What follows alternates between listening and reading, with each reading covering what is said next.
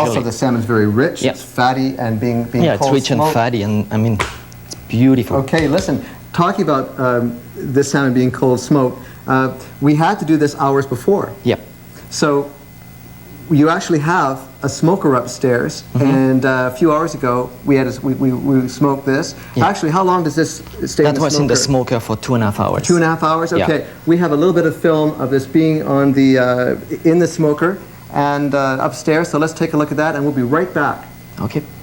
Okay, we're upstairs at the Dubreuil French Culinary School with my friend Olivier Andreini, who I just introduced you to downstairs in the studio. And this is my friend Wade Bradley. Hi, Wade. How you doing, Gary? Great, great. Good to see you. Thanks. And listen, we have your Bradley smoker here that we're smoking the salmon in. You were one of the first, Olivier, people to buy one of the Bradley smokers. Yeah. Right 4 years ago or something? Yeah, when we first started making them. And then you were telling me earlier that a mutual friend of ours, Bruno Marty, who owns La Belle Auberge restaurant in Ladner, one of the best restaurants in the Lower Mainland, also has a smoker, and you work there too. So The same week we get it. the same week. Yeah. So well, Bruno knows a good thing. So do you smoke other foods besides the obvious like salmon? Yeah, well, we smoke kind of whatever we can try.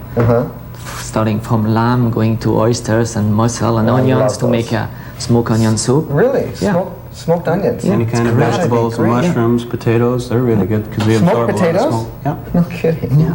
But when you open them up, the smoke comes. No, I don't. Nah, I like that. No. Okay. But you can smoke tomato and make a beautiful smoked tomato soup. sauce. Or sauce. soup, yeah. Yeah, it's great. Or like a sun-dried tomato, spice it up with a little cheese, and it just.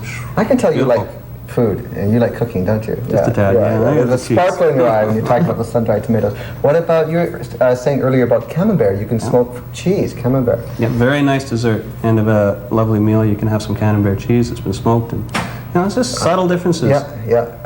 And now I want just to talk very quickly about the differences between cold and hot smoke, because I'm sure most people have heard of things being hot or cold smoked. And what is exactly the difference, Olivier? Well, it depends what we want to do. I think it depends where we want to go. Sometimes we want a cold smoke, like today, where we don't let the temperature rise over 90 degrees, so we stay under the 90, because we don't want the food to cook. We just want to improve a flavor to it. Like today, Right. we're using an alder briquette for the flavor. Alder That's wood. what alder wood, yeah. Infuses the salmon with Exactly. the We smoke. just want to give a taste. We not Right. want to cook the salmon. Right. We're going to cook the salmon later on. So we're using a cold smoking process.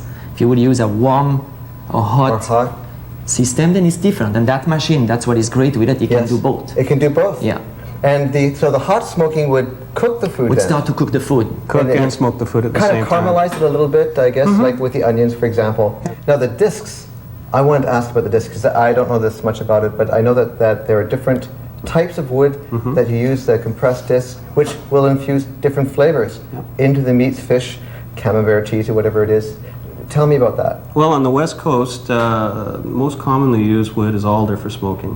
It's ideally used for any kind of seafoods or fish of any kind. If you're doing, let's say, a chicken or a duck, Right. a fruit wood like apple or cherry is probably better to use, and pork would be a hickory or a mesquite. So you have all these different types of wood discs that you use, and you just pop them in, and there you go. You get it infuses the meats or whatever with these different flavors. That's fantastic. I'm going to take real- it out and see. The real key to the smoking is clean, cool smoke. So if you can keep the smoke very clean, you're not burning the wood right down to an ash, you're going to get an excellent tasting product. If wood's burned right down to nothing, it tastes kind of acidy and it comes out blackened. Ashy and acidy. Yeah, Right. yeah. Well, let's pull this out because the smell is incredible. There you see the smoke and see it's completely cold. I mean, you can, the salmon is cold. It's right. so it just kind of dried out a little bit on top, but not much. And I put walnut oil on it before I put it in to keep it nice and shiny, and so it doesn't dry too much. Wow, that's Now what great. we're gonna have to do is we're gonna refrigerate it a little bit, Okay. and then we're gonna use it. Okay. So how long would you refrigerate this for? About an hour, About just an to hour? make it cool at about 4 degrees Okay. Celsius. Okay.